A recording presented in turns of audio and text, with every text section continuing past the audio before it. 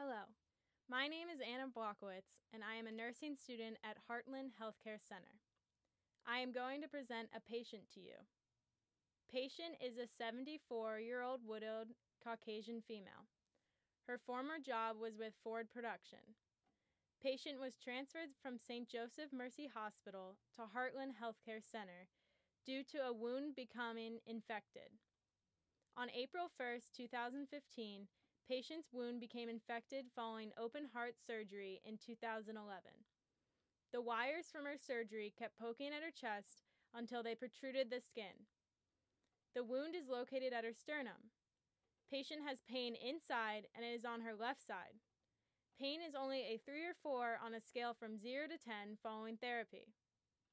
Patient regulates pain with medication and muscle relaxers that are taken every 4 hours if needed. MRSA is a precipitating factor, worsening the condition of the wound. Patient sought doctors to treat this chest wire issue until one doctor noticed the worsening conditions. Patient has limitations in her ADLs. Some days she has trouble putting on her shoes and socks, she cannot bend over, cannot lift arms, and just took first shower July 25, 2015, since April 1st, 2015. The patient experiences no associated symptoms. Patient is optimistic, hoping to make a full recovery. Vital signs are stable. Blood pressure, 128/61. Pulse rate, 70 beats per minute. Respiratory rate, 12 breaths per minute. Temperature, 98 degrees Fahrenheit. And oxygen saturation, 99. Patient's past medical history includes the following: MRSA, hypertension, type 2 diabetes mellitus, depression, blood clots due to blood clotting issues, arthritis, hard of hearing, and obesity. Patient says she is currently up to date on all immunizations. Patient is allergic to penicillin and breaks out into hives over her body, especially in her throat and nose. Taking Benadryl relieves these hives. Patient was hospitalized a few times between 2011 and 2015.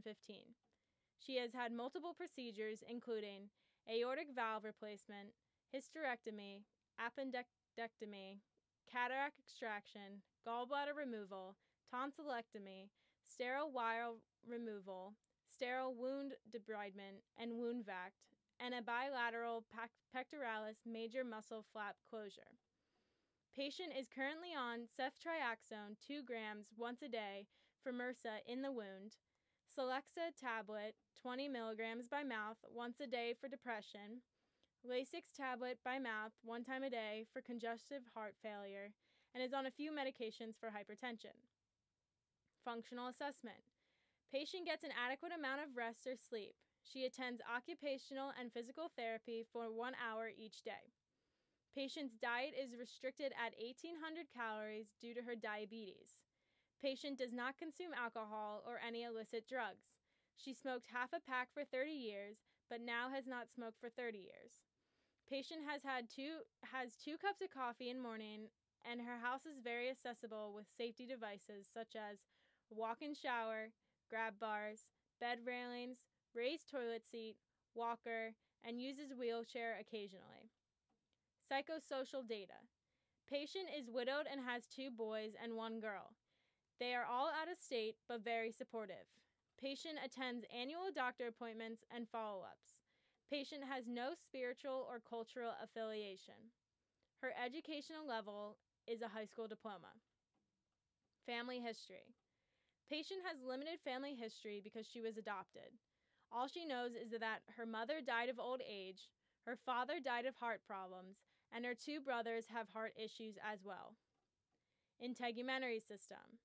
Patient has no history of skin disease, no change in pigmentation, no change in birthmarks or moles, no itching, no rashes, no change in hair texture or loss of it, no change in nails, receives an adequate amount of vitamin D a day, and is generally hygienic. Patient does have dry skin, excessive bruising around surgical spot, lesions from surgical areas on her sternum, and scars on abdomen and knee, and has an amputated right leg. cardiovascular system. Patient's heart and mediastinum are normal, has no ammonia, or effusion, no adenopathy seen, no acute bony abnormality visible, no acute findings in chest, no history of chest pain, no cough, no fatigue, no cyanosis or pallor, no edema, and no nocturia. Patient has panic attacks which result in difficulty in breathing due to her claustrophobia. Patient feels more comfortable to sit up and breathe. Patient has a history of hypertension, high cholesterol, and does have a heart murmur. Patient does have a family history of heart disease, but information is limited because patient was adopted. Physical examination of integumentary system. Hair inspection indicated that color, texture, amount, and distribution of hair are normal. There is no flaking or lesions present on the scalp or in the hair.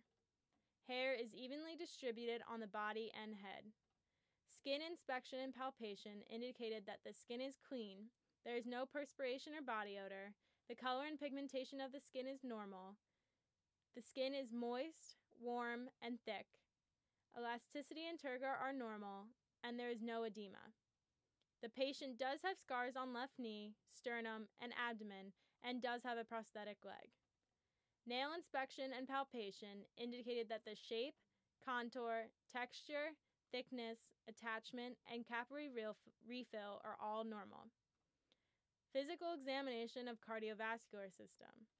Chest inspection indicated no heaves or lifts present over the aortic, pulmonic, Erb's point, tricuspid, or mitral valves.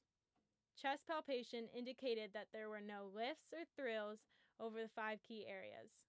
The apical pulse was located and there is no abnormality. Chest auscultation indicated that all 5 key areas you could hear S1 and S2 sounds laying supine and upright with both the diaphragm and bell. There were no S3 or S4 sounds, but patient did say she has a heart murmur. Peritoneum system number 1. According to the article in Critical Illness and Intensive Care, it is important to assess the respiratory system because respiratory failure can be suspected following surgery. It can be observed from shortness of breath and signs of hypoxemia with or without signs of hypercarbia. The patient is at risk for respiratory failure due to her diagnosis of hypertension. If breathing were to slow down, it weakens the heart due to inadequate passages of gases within the lungs. As a result, the patient is at risk for serious complications with her heart because of the placement of her affected wound on her sternum. Peritoneum system number 2. According to the Prevention of Venous Thromboembolism, it is important to assess the peripheral vascular system because of the risk for a deep vein thrombosis. The patient must follow a certain protocol in order to prevent blood clots that are associated with limited mobility. My patient is already at a higher risk for blood clots due to her blood clotting issues. My patient must attend physical and occupational therapy daily to prevent inadequate blood flow to the heart. The movements of her body and blood flow will keep her heart healthy and induce a faster recovery for her wound.